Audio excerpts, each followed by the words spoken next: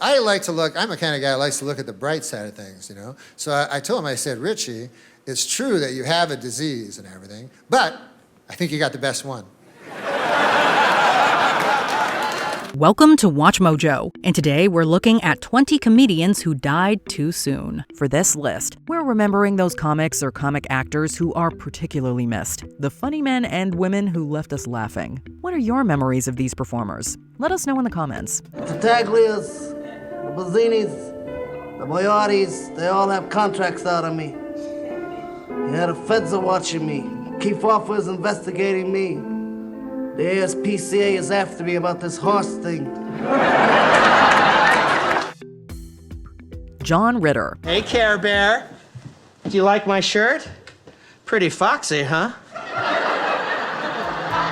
John Ritter initially rose to prominence on the strength of his physical comedy, particularly when he starred as Jack Tripper on the sitcom Three's Company. This reputation followed Ritter throughout his career, all the way to his sudden and untimely death in 2003. Don't worry, Janet. I learned camouflage and stalking when I was a Boy Scout. Did you get any merit badges?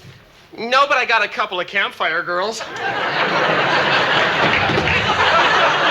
The actor branched out into other areas of television and film as well, including appearances in the 1990 miniseries It, as well as some dramatic work in 1996's Sling Blade. Ritter was a funny man through and through, however, boasting a likable personality that lit up a room. His comedic presence was exaggerated and mugging, an over-the-top presence that was larger than life and impossible to ignore. These are Mom's private drawers. Shouldn't go in there. This is where she keeps her needlepoint and crocheting.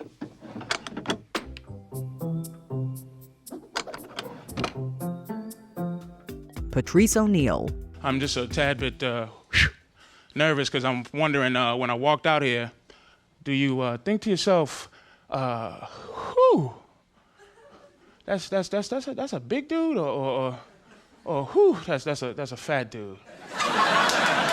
It didn't matter whether you knew Patrice O'Neal from the world of radio on The Opie and Anthony Show, his numerous television appearances, or his ruthlessly hilarious stand-up. The man knew how to make an impression. This is, in part, why O'Neal is so missed by his fans. Men want to be alone, but we don't want to be by ourselves.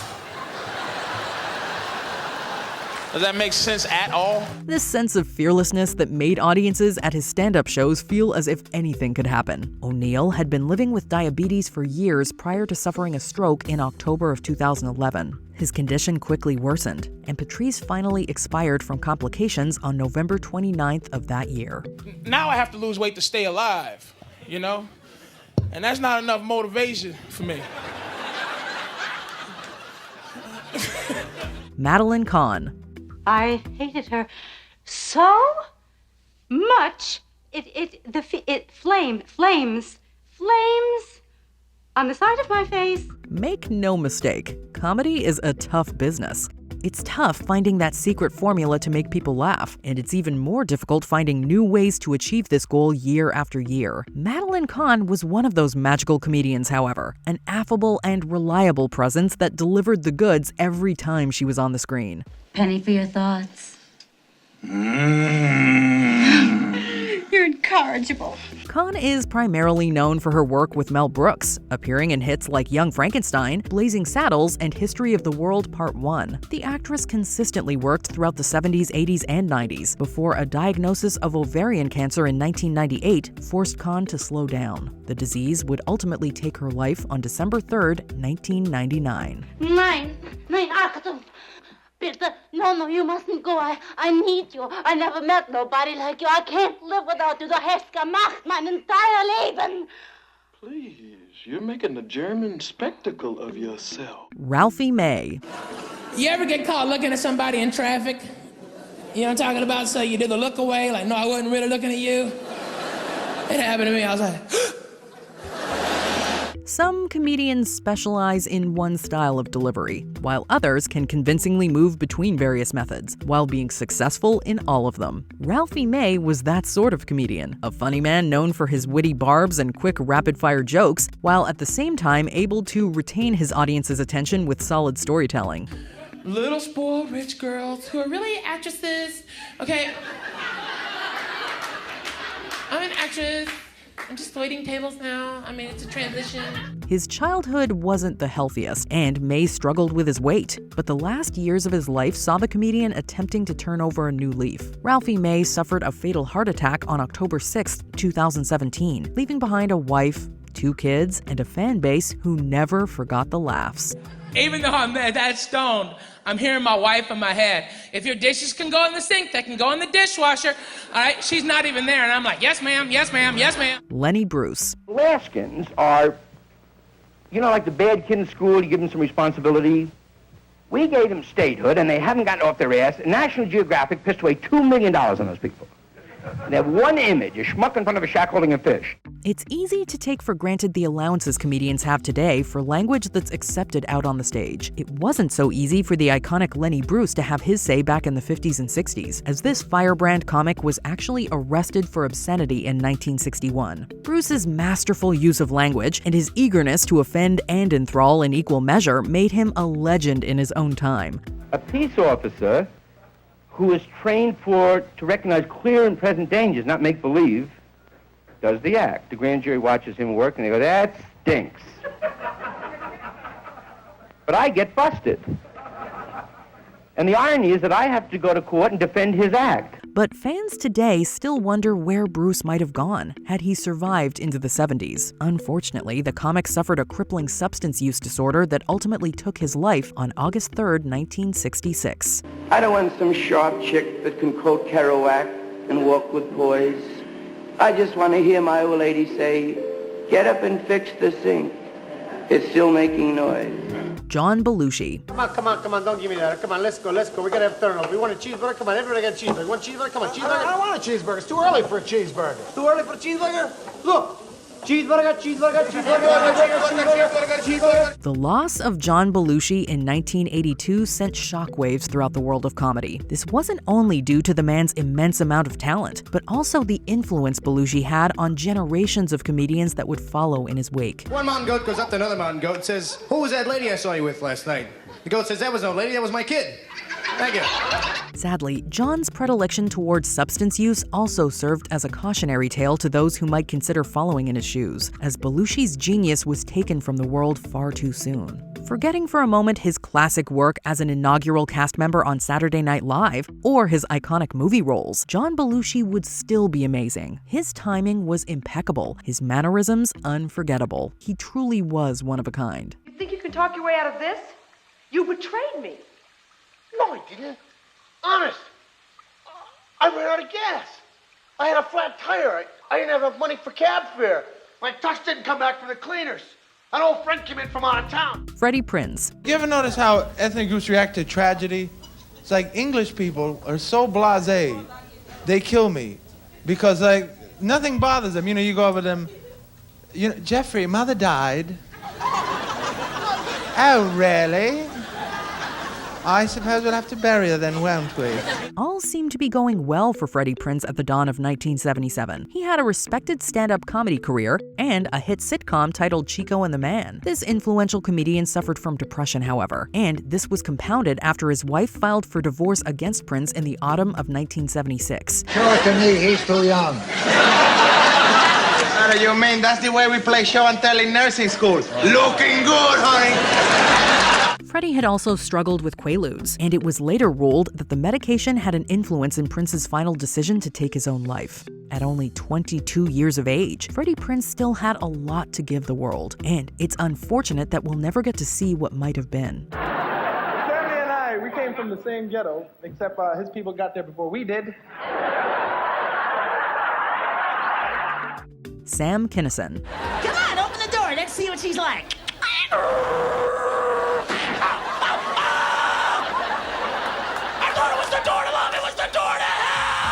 There was no stand-up comedian with as much fire and brimstone power as Sam Kinison. This former preacher brought that same sort of powerful stage presence and commanding voice to the stand-up stage, only this time the content was anything but sacred.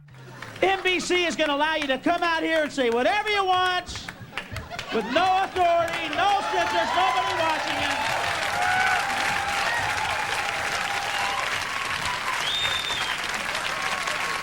Well, I guess NBC has got its word. Kinnison was a rock and roll comic for the excessive 80s, a Sunset Strip favorite who appeared in music videos alongside some of the decade's hair metal faithful. The cause of Kinnison's premature demise wasn't his raucous reputation, however, but rather the negligence of a drunk driver. Sam and his wife were driving together on April 10, 1992, when the pair was struck head-on. Kinnison died at the scene.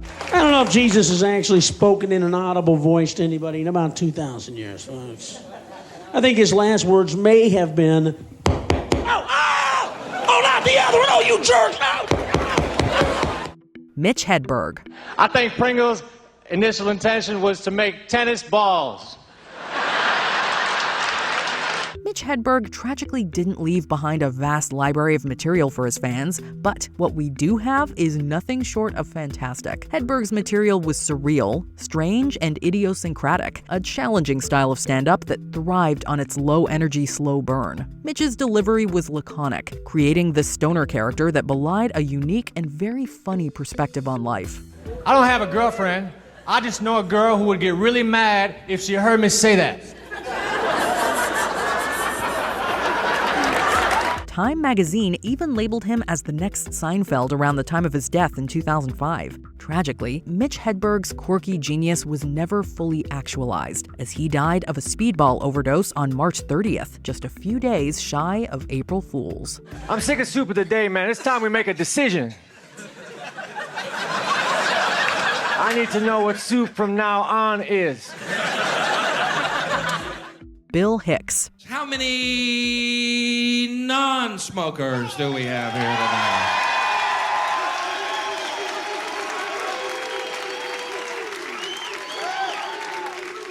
Bunch of whining little maggots.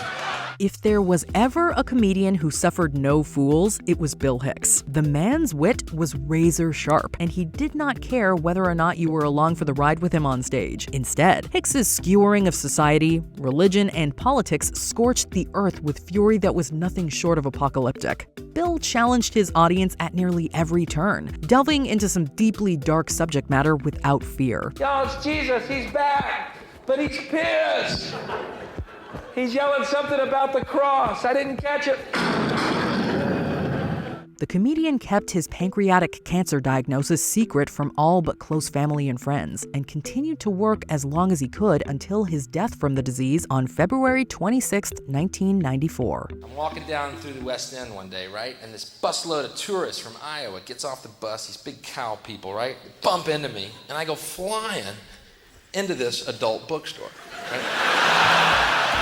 Andy Kaufman. Faster than a speedboat, more powerful than a locomotive, able to leap tall buildings and sink by. Look, up in the sky, it's a bird, it's a plane, nope, it's Superman. It takes brass cojones to bomb on purpose, intentionally antagonize and irritate and confuse an audience to the point where they may want to cause you physical harm. Andy Kaufman had some brass cojones. In fact, Fearless doesn't even begin to describe the avant-garde performance act that was Kaufman's stage routine. Andy would speak in a foreign accent and act confused, dress up like an obnoxious lounge singer, and even become involved with the world of professional wrestling. And he found time to star on one of the most beloved sitcoms of the 70s, Taxi. Oh, what is happening to me, Alex? I used to be such a sweet man. I used to be so cute you could eat me up. It was ultimately lung cancer that took Andy from us in 1984, but his bravery on stage went on to influence many other bold comedians in the years that followed. Thank you very much. Gilbert Gottfried.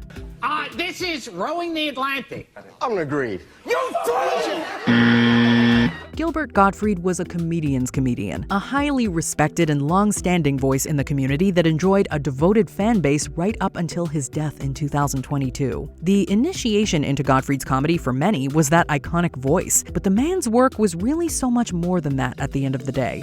Jerry Seinfeld as Hamlet. To be. Oh, no, to be. Gilbert was a fan of the game, a devourer of comedy and cinema who truly felt like one of us. At the same time, his resume was so impressive, racking up movie roles, voiceover work, and stand-up specials that have stood the test of time. The world of comedy is much colder without Gilbert's humor to warm it up, and he'll be deeply missed. Years ago, Canadians were walking through the forest and they saw a tree with disgusting brown goo dripping out of it. And they said, "There's disgusting brown goo dripping out of that tree. Let's eat it." Bob Saget. I go, "Is this your thong?" And my 17-year-old goes, "Yeah, so it's what we wear." I said, "I'm sorry, honey, I can't understand you." She said, "It's what we wear." We collectively mourn the loss of our favorite celebrities every year, while simultaneously reminiscing about the good times they brought us throughout their lives. Bob Saget was one of those individuals, a comedian who was known for the disparate sides of his creative personality. What happened was, I'm upstairs, she comes up, and I don't want to talk misogynistically or chauvinistically about a lady and her looks, which is a terrible thing to do. But this girl, let me tell you what she looked like. Remember Danny DeVito in that first Batman movie? On the one hand, Saget's stand-up was ridiculously filthy, the sort of X-rated fare that would never have a home at his other famous gig, starring as Danny Tanner in the sitcom Full House. Saget's fans loved him for it, though, and were absolutely crushed when the comic died unexpectedly in his sleep after a fall on January 9th, 2022. And I'm apologizing for doing this, because I actually did this. I actually cut out this little fish's teeth. And no, this is you're right in moaning, because in fact, it was exciting for me that you did that. Bernie Mac. And the 4-year-old, my sister was really getting high with her, because she don't talk, she don't say shit. All she do is look at your ass like this here. I told her ass the other day, I said, "Let me tell you something, if a fire break out, you better have a whistle or a horn or something." Bernie Mac was the man, plain and simple. Sadly, it seems as if only the good die young, because this talented comedian was taken far too soon at the age of 50. Mac was a versatile comedian, able to leap between hard-hitting conversational comedy and the more family-friendly fare for which he'd become known on his own hit series, The Bernie Mac Show. Bernie Mac ain't never been late a day in his life. This is my second favorite silk shirt. Mac also had a thriving film career, appearing in features like Ocean's 11 and Bad Santa, but it would be the rare disease known as sarcoidosis, an inflammatory condition that would negatively impact his health and result in his death from pneumonia on August 9th, 2008. I was in Chicago, I did a show for Cook County Jail. And you know, over 40% of the brothers in jail for nothing. And they had a little survey, a little panel thing. We got to ask the inmates questions, you know. So I asked the inmate, I said, "Hey, my brother, what you in for?" He said, "Nothing." Norm Macdonald. I will not eat a single morsel of food until Margaret Thatcher is dead and buried. She died 3 weeks ago. No one had a comedic voice quite like Norm Macdonald. The talented writer, actor, and performer had this distinct tone to his voice that made him the ultimate deadpan comic. Well, this is great. When I graduated first grade, all my father did was tell me to get a job. Norm was another comedian who was unafraid to intentionally bomb, caring more if the jokes pleased his own sense of humor rather than attempting to placate any audience. Macdonald's mental dictionary was impeccable and hilarious, while his stint as Weekend Update anchor on Saturday Night Live will surely go down as the stuff of legend. According to O.J. Simpson's niece Terry Baker, when O.J.'s mother, Eunice Simpson, first heard about the slaying of Nicole Brown, she exclaimed, "He did it." Reached for comment, O.J. said, "My mom was just guessing. I hadn't even told her yet." Norm kept his 2012 leukemia diagnosis hidden from the public, but it would eventually go on to take his life on September 14th, 2021. We miss you, Norm. Hey, this occurred to me today. ID, which I had to show it again. There's a strange abbreviation when you think about it. I is short for I. And then D is short for dentification. Gilda Radner. I know exactly what you're going through, because once I, Rosanna Dana, quit smoking. And to get back in shape, I had to join one of those fancy schmancy health clubs. You know, the ones where it's real expensive to join, but it's worth it because you get to see a lot of people that you don't know naked. The original not ready for primetime players from Saturday Night Live all have their fair share of fans, but perhaps none was as universally beloved as Gilda Radner. The comedian possessed this down-to-earth likability and next-door friendliness that easily leapt from television screens and into the hearts of millions. She was unafraid to be goofy on the show, but had amazing comic timing and a range that proved Gilda could do just about anything if she set her mind to it. Bob, you don't have to worry about me going all the way with Todd. I'm saving myself for my one true love, Marvin Hamlish. Radner may have passed from ovarian cancer in 1989, but her work in film, television, Broadway, and music made her an industry legend that will live on forever. Well, I was going to do selections from the Parrots of Penzance. The Parrots of Penzance? Yeah, well, it's better than the Carrots of Penzance. Come on, vitamin brains. Phil Hartman. Is it the booze, Harry? The dames? I'll cut back! Oh, no, it's not that. Is it the pills? No. The sheep? No. The ducks? No. Your wife? No. What? What? Stop it! Get off! The fact that there are so many SNL cast members on this list speaks volumes to the importance of Saturday Night Live as a proving ground for young comedians. Phil Hartman absolutely has to be one of the finest talents to ever grace the SNL stage, but he also had a career that found Hartman designing album covers and co-writing Hollywood screenplays for films like Pee-wee's Big Adventure. Phil also had that deep, warm, and immediately recognizable voice, one that made him a perfect fit for the sitcom News Radio, as well as voiceover work for The Simpsons. If there's one thing America needs, it's more lawyers. Can you imagine a world without lawyers?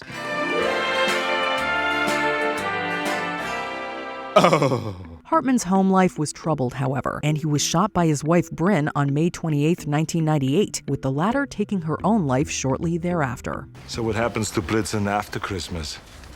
I've been watching a family of deer down by Lake Minnetonka. I thought I'd take him down there and set him free. If nature's kind, they'll take him in like he's one of their own. John Candy. Buck melanoma. Molly Russell's wart. Not her wart. Not her wart. I'm the wart. If you watched any comedy smash of the 1980s, then it's highly likely you were a big fan of John Candy. And why not? The man was insanely talented and supremely likable, with a warm presence that enhanced all of his projects. Del. Why did you kiss my ear?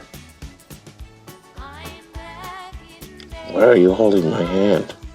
Spaceballs, The Great Outdoors, and Uncle Buck were all classic, formative examples of his work, while films like The Silent Partner proved that Candy could excel in thrilling dramatic fare as well. The man's emotional health wasn't always the greatest, however, as feelings of stress and anxiety allegedly followed Candy throughout his life. Binge eating, obesity, and tobacco were also a problem, and John eventually suffered a fatal heart attack on March 4th, 1994. The minute we move in there, they're gonna spot us on their radar.